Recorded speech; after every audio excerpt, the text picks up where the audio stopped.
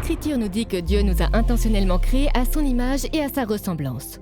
Cela signifie que la forme sous laquelle Dieu a créé les personnes humaines n'est pas le fruit du hasard, mais qu'elle nous dit quelque chose sur Dieu. Dieu nous a créés hommes et femmes. L'homme et la femme sont faits l'un pour l'autre, et le sacrement du mariage révèle ce grand mystère. Il y a 2 sacrements au service de la communion et de la mission. Ces 2 sacrements sont l'ordre sacré et le mariage. Ces sacrements nous permettent de servir l'Église en nous servant les uns les autres.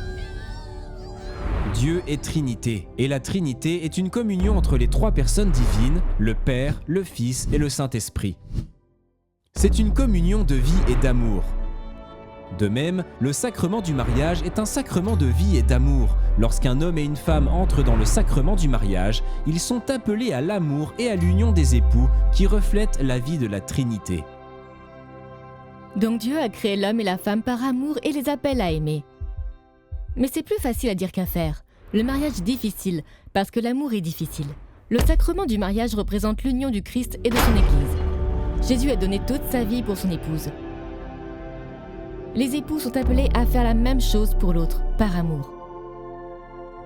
Qui est l'épouse de Jésus? C'est l'Église, nous, la famille de Dieu. En donnant leur vie l'un pour l'autre, un mari et une femme sont appelés à la grande aventure de devenir des saints dans le contexte du mariage.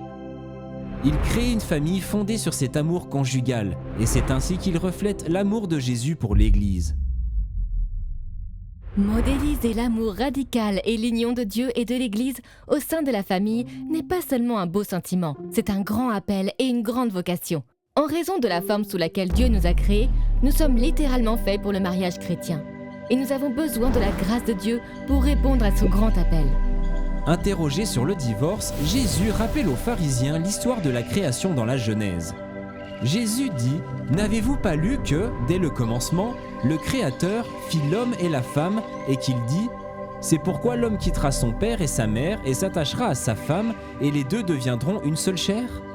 Ils ne sont donc plus 2, mais une seule chair. Donc, ce que Dieu a uni, aucun être humain ne doit le séparer. Jésus a élevé le mariage au rang de sacrement. Un sacrement est un signe visible d'une réalité invisible, institué par le Christ qui nous dispense la grâce. L'amour de Dieu est total, permanent et inconditionnel. Dans le mariage, les 2 deviennent un, dans un grand mystère comme celui de la Trinité.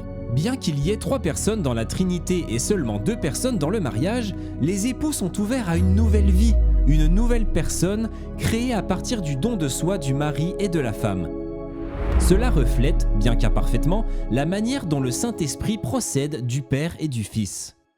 Une chose très intéressante à propos du mariage est que les époux sont les ministres qui se confèrent le sacrement l'un à l'autre. Le sacrement du mariage est un don fait entre le mari et la femme.